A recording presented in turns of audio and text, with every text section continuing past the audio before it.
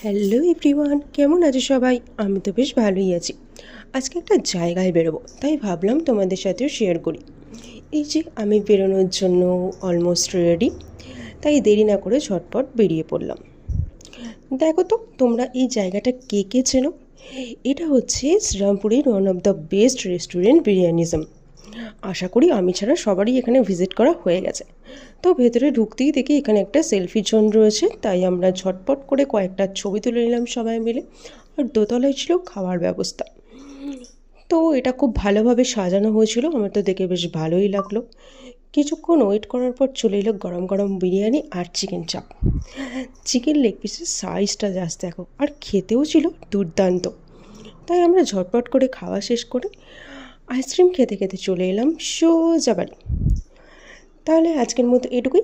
Tata, দেখা হবে অন্য কোনো ভিডিওতে।